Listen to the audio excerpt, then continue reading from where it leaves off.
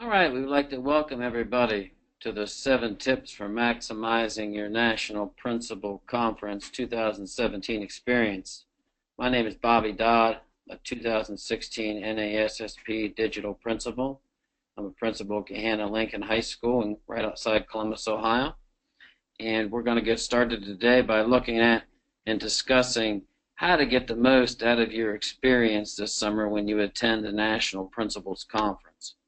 First things first, before we introduce our other two esteemed colleagues, I want to let you know that in the control panel for the GoToWebinar, you're able to download our document here, our slides. If you go down under handouts, you'll see an area where it says NASSP Conference Webinar PowerPoint, and you're more than welcome to download that to take away with you these tips and nuggets we're going to give you for the conference experience.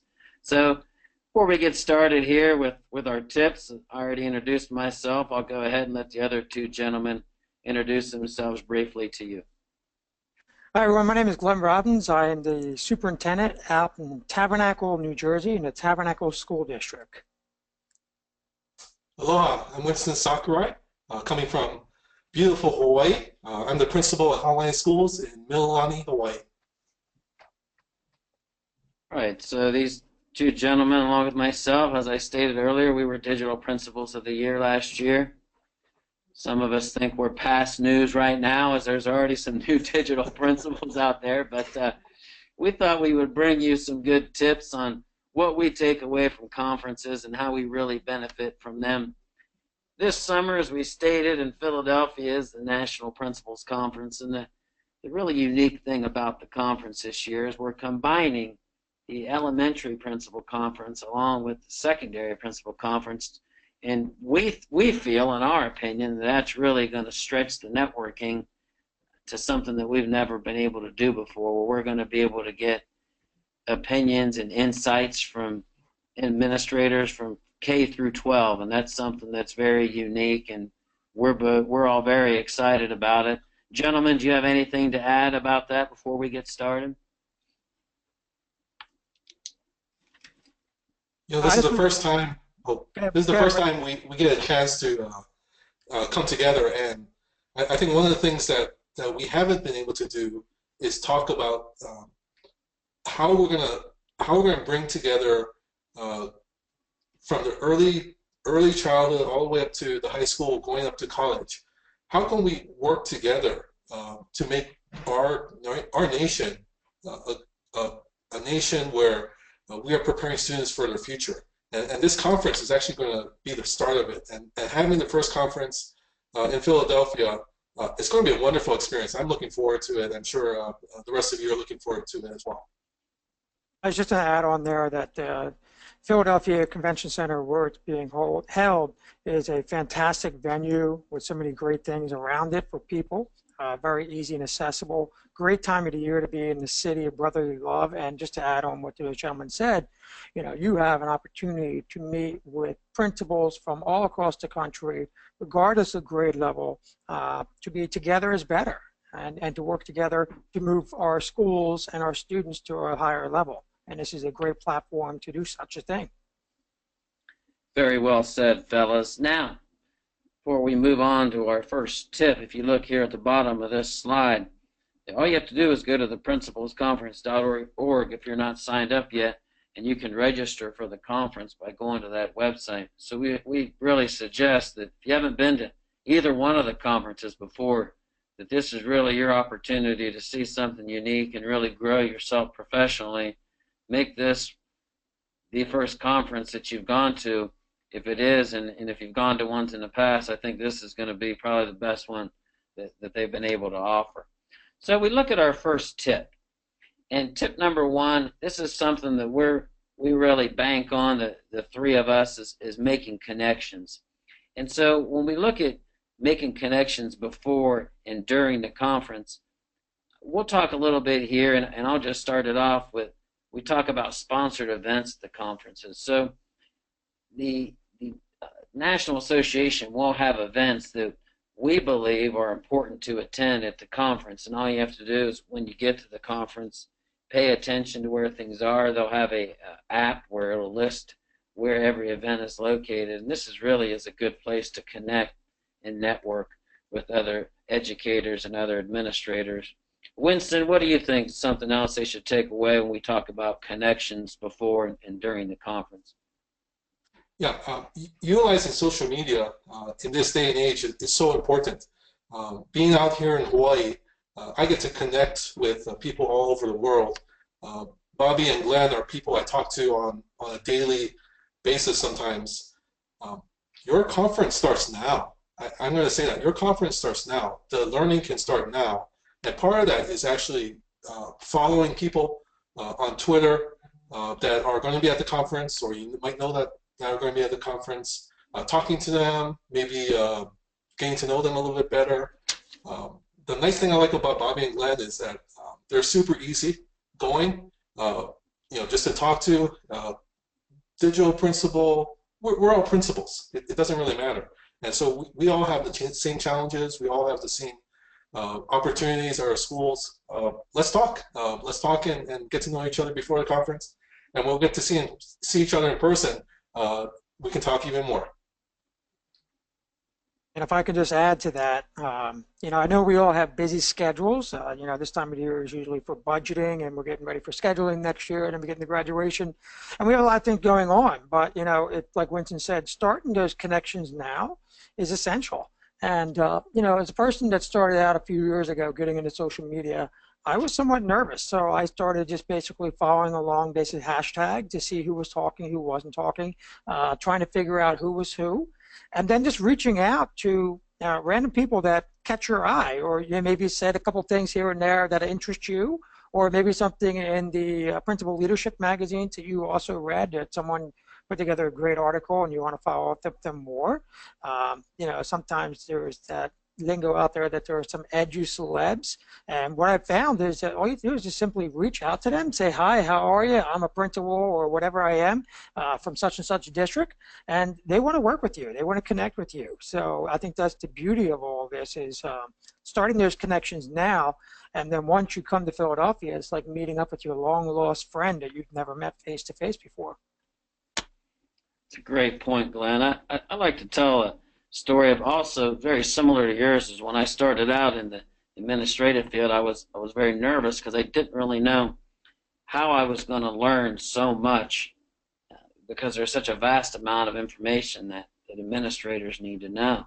And so one of the areas where I stepped out on is to social media, and when I started using Twitter, I started realizing that there were many people out there that had the same issues that I did, wanted to learn the same type of things. Were looking to stretch themselves. And so as I got on Twitter more and more, I started learning more about what principals did and then where they went to meet to learn more. And one of the first areas that I learned about was NASSP and their national conference. So I would agree with you guys stating that reaching out with people and attending these conferences and really participating in the sponsored events, but yet going up and just really communicating and not sitting back saying, well, I don't know this person personally. We're all in the same boat together. It's like Winston said, we're all administrators, we're all educators. We need to reach out to grow a little bit. Winston, why don't you tell a little personal story that you may have when you first got out into social media, similar to Glenn and my story, and about how it's helped you get to where you are. Yeah, actually, I'm kind of a social media newbie. I only started maybe January of 2015, so it hasn't been that long. And I had the same fears. I didn't know what social media would do to help with my learning. I didn't know how to use it. I wasn't interested in keeping up with the Kardashians. But having friends that I can turn to when I have a question of how do I solve this problem in our school, or as I'm famous for doing, I steal everyone else's ideas and try to implement it here. So there are a lot of things that I've learned through that, and people have been very, very friendly, very, very helpful. And I think for me that has given me confidence to do things here at my school. It's administrators we're the only ones in the building sometimes, and so we can't commiserate or we can't celebrate in the same way unless we have other principals there with us. And so it's kind of a neat thing to have that connection with other people on social media. Yes, that is a great point. So as we look at tip number one, let's try to take away from that the connections are important before and during the conference. And I think at the conference, even if you're not in social media, we're going to have a lot of sessions and a lot of opportunities to at least dip the toe in the water and maybe get into some social media. And I like to tell people a lot that, you don't have to do everything that everyone else is doing on social media. Try to learn one or two things and really become good at using those resources, and they will help you grow. Looking on to tip two. So we talk about planning, and when you go to any conference, especially as big as this conference is going to be, you have to have a plan in place. And so when we start talking about plans, we have to really think about maybe before we go to the conference. I would say definitely before you're traveling to the conferences, figure out what you want to take away from the conference. So, Glenn, why don't you talk a little bit about how you plan for conferences and prepare yourself before you go in? Yeah, I think that's crucial what you just mentioned, because this is a time of year where we're basically almost coming back up for air. As it's just, the summertime has started, graduations are over, but you need to start ahead of time and looking at what sessions interest you. I would highly advise going to the sessions that are of interest to you and can move the needle in your school and can really help your staff when you bring back in turn kit. And next thing to think about is, are you bringing a team with you of administrators from your district or a local region, and how are you going to disperse and how are you going to go out and gather all this information and then also share it? You're putting together a spreadsheet of some way, somehow, so that way you can keep all that knowledge. Are you going to storify it as you continue to go forward? But, like Bobby said, the last thing you want to do is show up on the day of or on that flight and thinking that you're going to plan your schedule then. That never happens. You get to see people that you haven't seen in a while. You get caught up in travel and so many other things that fall into your lap. So, my recommendation is to start planning ahead and start thinking about what is it that you need your school to improve on? What is it you need your staff and your students and your community to grow with? And look for those things to help you out in that regard.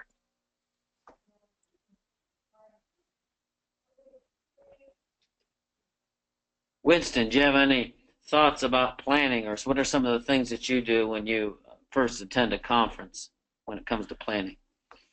Yeah, I'm always looking for whatever app they're using for the conference for the scheduling. It allows me to have reminders on there. I can usually like or click on which sessions I want to go to, the last minute updates of what's going on, or even reminders. Sometimes they have even special goodies that they toss out on the app that allows you to go to certain sessions that you would not normally go to.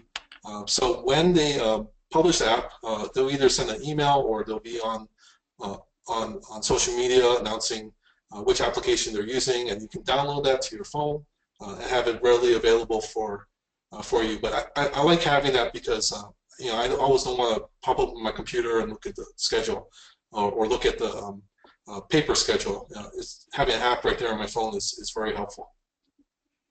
Yeah, I agree with you. And the thing I like about this conference is we have on this slide, they're separated into 4 strands. And what I think you can really take away from that is there's going to be a focus in each one of those areas somewhere in the conference. And so as an administrator, and you're finished up your year and you know really where you need to get better and what you do well in your school or in your district, I think you can look at one of these 4 strands and really think, well, we did a survey later in the year of the staff and the students, and we got back our results. And when it came to climate and our culture and really connecting with the community, we have some areas where we need to improve.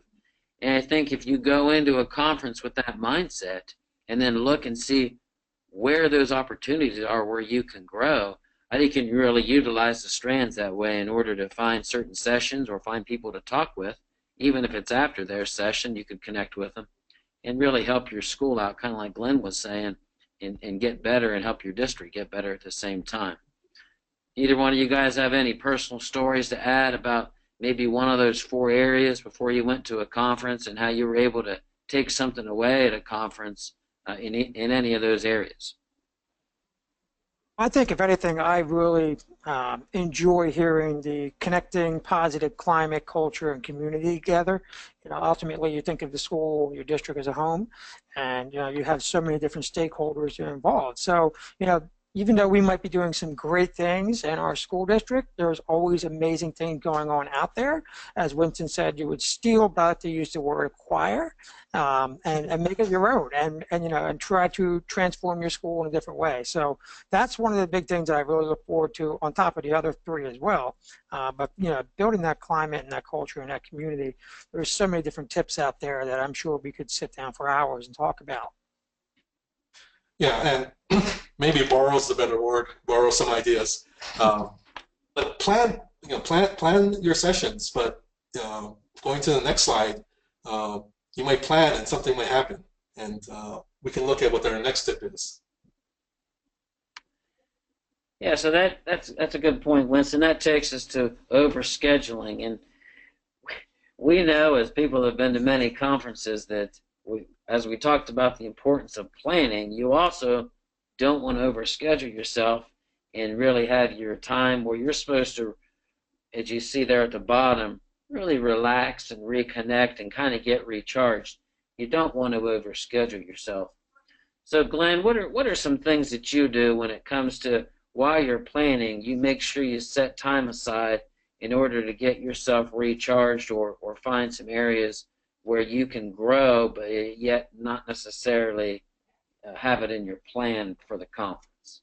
Well, I think that's crucial, and that's one of the nice things about it being in Philadelphia this year in the summertime, is that you'll be able to be outside, as long as the weather's not raining, but you'll be able to walk outside, get some fresh air, and truly reflect and get that white space that is so needed.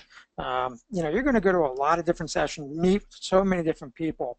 And, like many times before in our past history, you would take in so much but never process it. You go straight back to the building and continue doing what you're doing. So, taking that step back and reflecting and possibly blogging about it or writing about it some way, or conversing with others at a different time, it really helps you to appreciate what you've learned and how you can help move your district moving forward. Because, like I mentioned, and like you mentioned, Bobby, if you don't take care of yourself mentally to really process the things that you have learned and to write those down and reconnect with them later that night, they'll pass by and you'll forget about it for years to come. So that's my recommendation as far as that. And, using that time, valuable time, whether you're outside or off to the side with just headphones on, closing your eyes for a few minutes, and really processing what you've learned and what you've met, and take it away.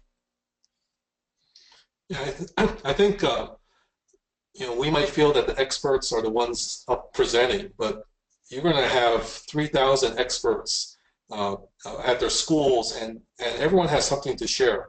And so it might not be even a presenter, but you take the time to just meet other educators, talk to people in the expo halls. We will probably be around the innovation lab during parts of the day.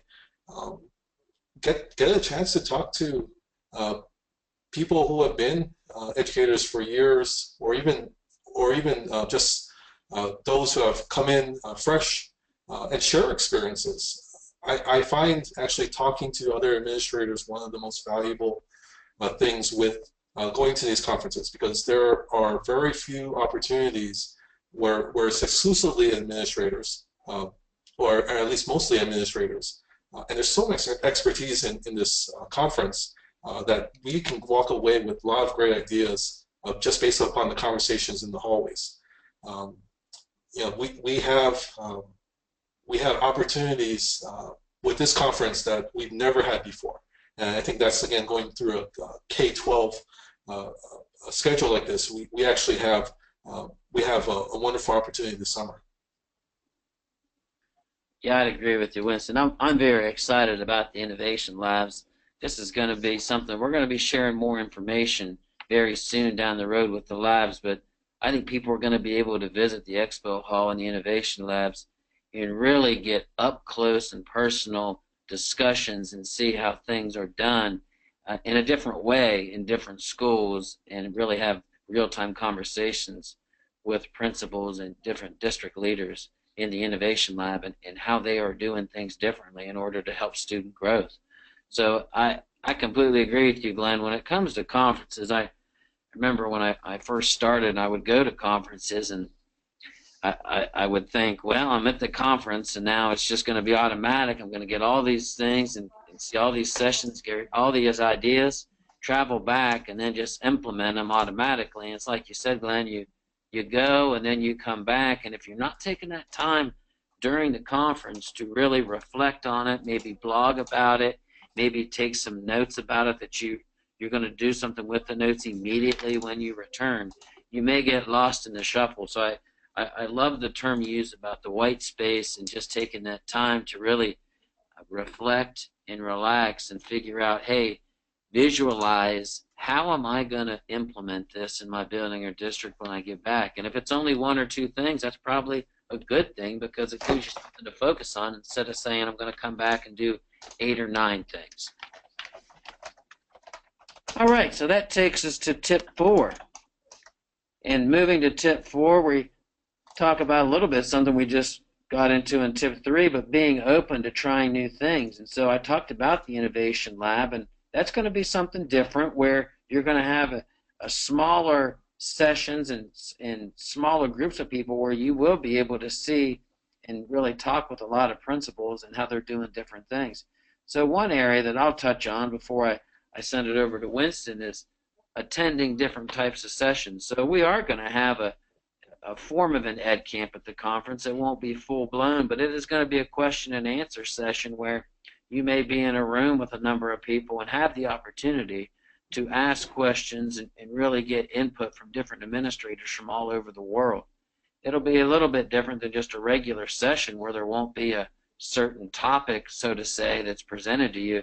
It could really expand around a number of different topics, and so I think that's pretty exciting, and it's going to be something different.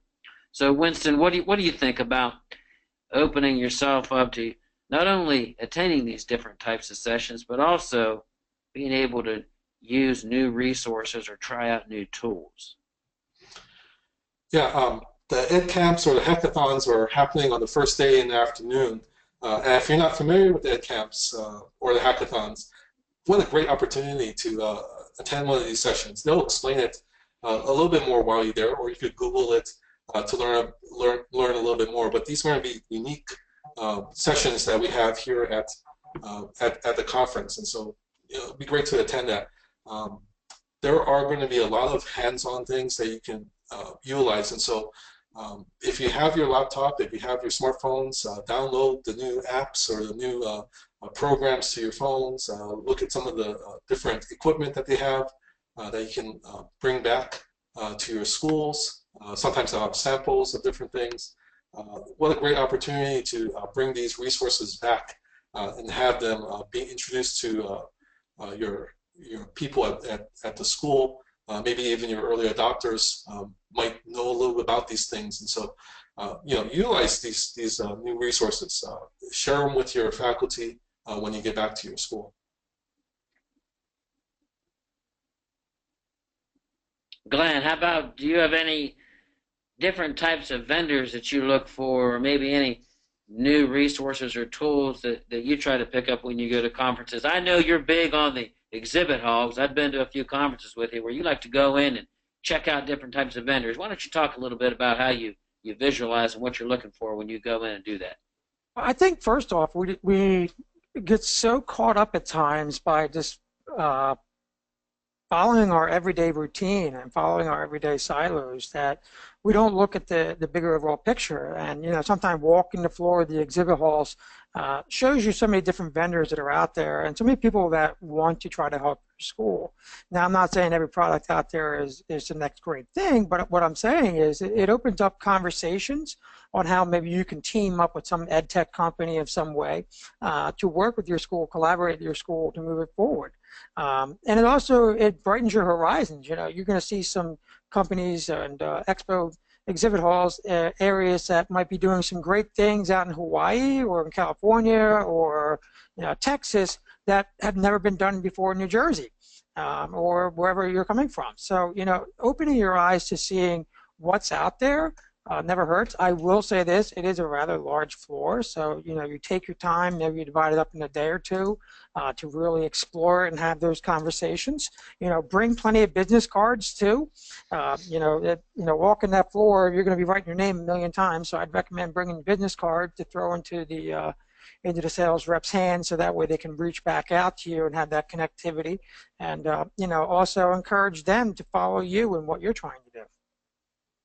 Yeah, that's a great point. And going into the middle bullet there, talking about new resources and tools, I was thinking back a little bit about that. In one of the years I attended one of my first NASSP conferences, I was talking with Eric Schenniger at a time, and we were talking about different apps, and he was telling me about Pinterest. And so the only thing I knew about Pinterest at that time was my wife would get on there for recipes and outfits and things.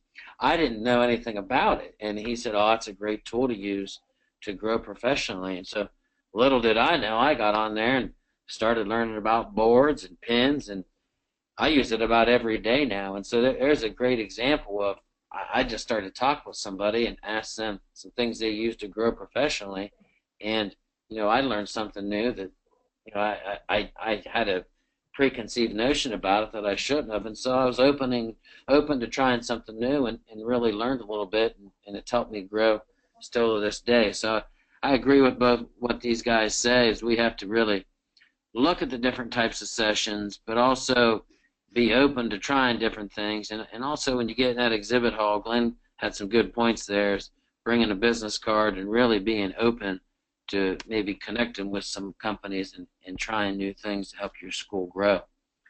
Tip number 5. I know the three of us make very good use of this, and it's making use of offsite gatherings. So during the conference, as we've talked about, it's good to plan, but it's good to also don't over-plan, but yet have something to do and be able to connect with others after sessions.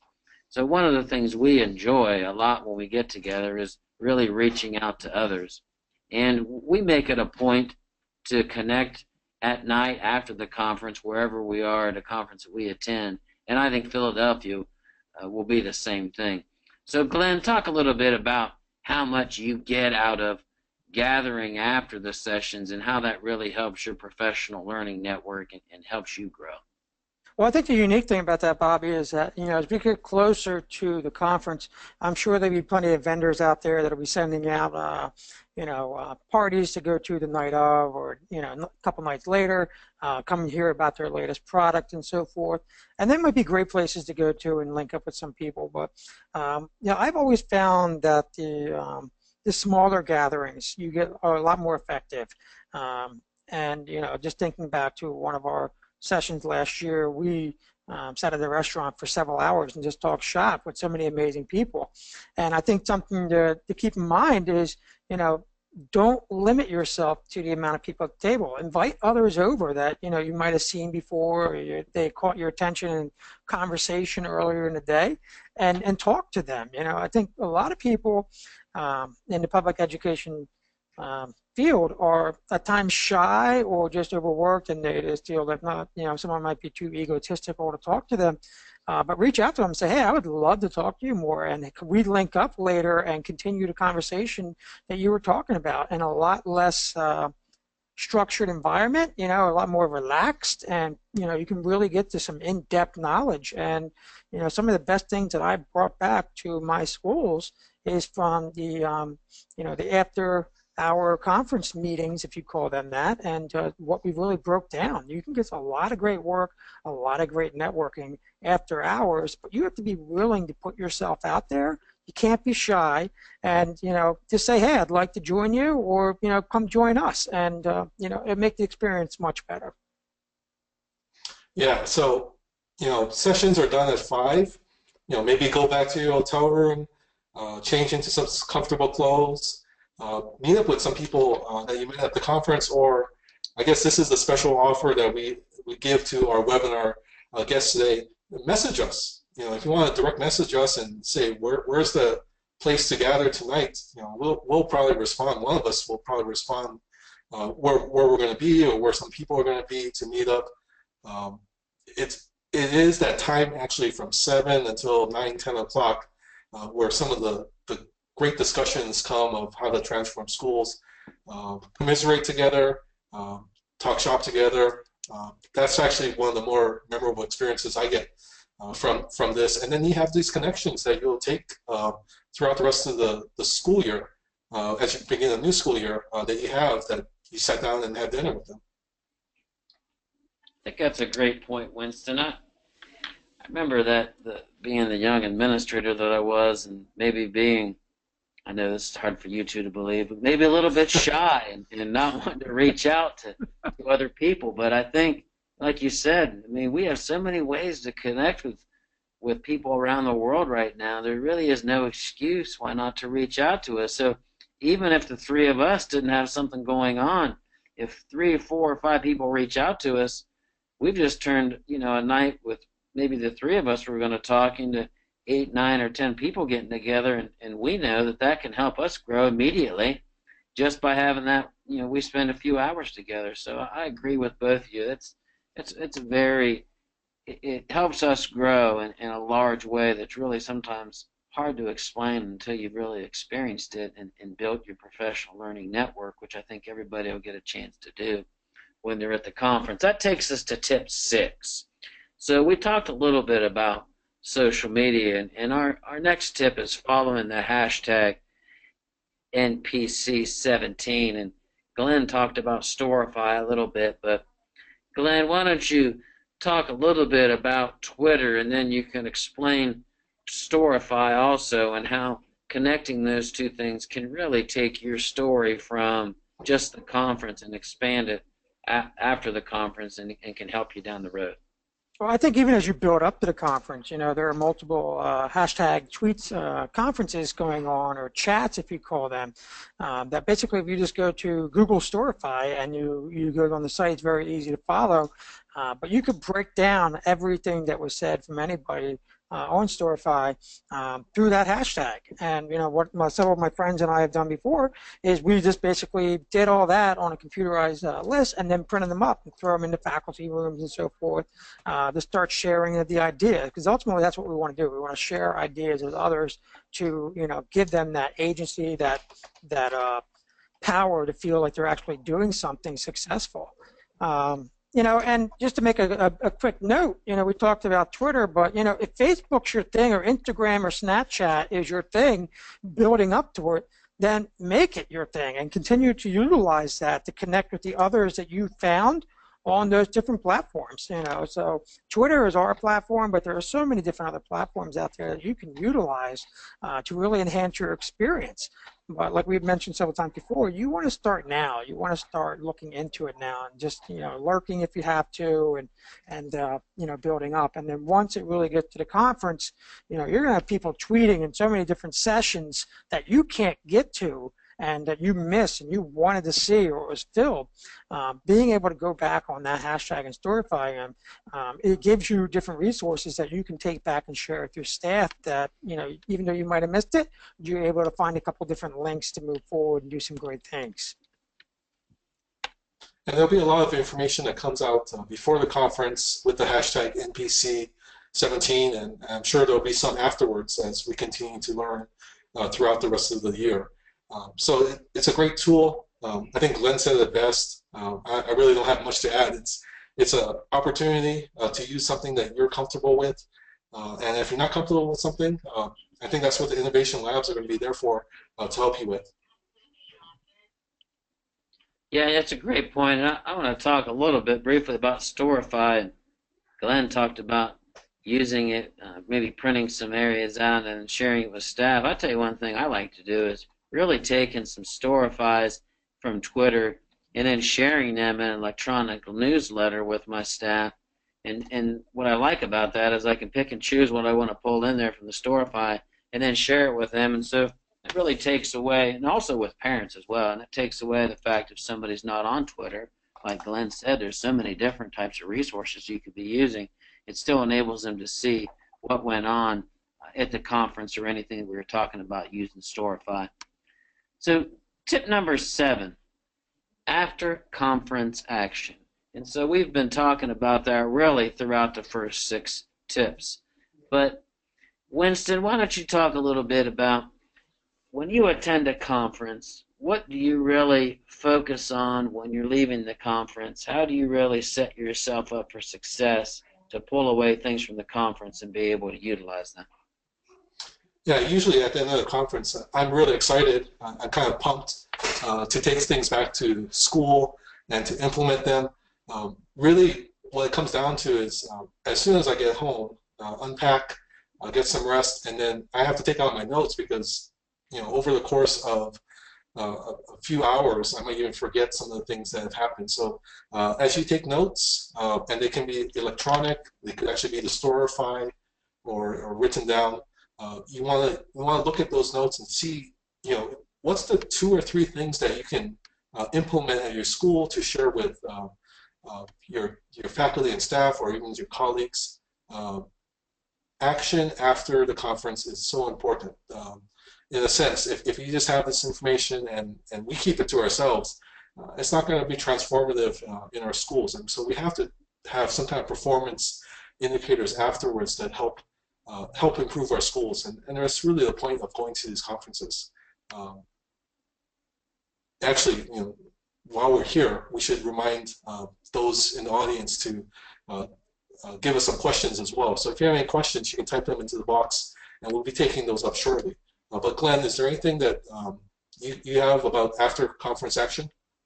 Yeah, if anything, I totally agree with you, Mark Winston. And one thing I found that people usually don't do is follow up with people. You made these connections there, you build up to it, getting there, and then you get back to the job and you simply forget to email or tweet or Facebook or something to somebody because maybe you're bashful, maybe you get overwhelmed or whatever, but send a couple seconds of an email or some kind of a notification to that individual you linked up with, and you'll be surprised by what you get back. It'll be, hey, I did meet up with you. How can I help you? Most times people are, surprised that people follow up and get all excited that they got a new text in somewhere, a new email, and a new friend that they want to build with. So definitely reach back out to the contacts that you made, and reach back out to the vendors that you met on the exhibit hall that really interest you, and see if they can somehow help you or your school move forward. Because we all have limitations, we all have restraints, whether it comes to budgetary issues or other things, and you never know what these vendors might be able to do to help you out as you continue to move forward and try to work with them. Great points, fellas. I think another thing to really focus on is teaching colleagues or teaching our peers. When we leave a conference, it's kind of like Winston was saying, we're very pumped up and excited. I think it's important to bring it back to your buildings and your colleagues and not so much say, hey, I learned this, or another school does this, we're going to do this. It's more of, what do you guys think about this? What are the pros? Where are the opportunities for growth for us? And really having conversations. And sometimes things will be great, sometimes they won't, but it'll be something that you can at least share with your staff and see if you guys are going to take the next step to make that happen in your school as well. So, like Winston said, there's an opportunity to share questions with us if you have any there in the control panel. We would like to thank you for joining us today. Now, we talk about Twitter here and the opportunities to follow NASSP or NAESP on Twitter. But another tip that we have before we go is to always double check your registration, your travel, your accommodations to make sure you're all set in that area. We know ourselves and some of our colleagues have shown up for conferences, and we've had to really help them out when it comes to some accommodations because they've had some reservations or registrations that have been messed up a little bit. So, fellas, you got any? Maybe Winston, any final tips before we take off here? Enjoy the conference. Enjoy the time that you're there. This is a little bit of break from being being at your school. I'd like to get to know all of you as well. I think Bobby and Glenn feel the same way.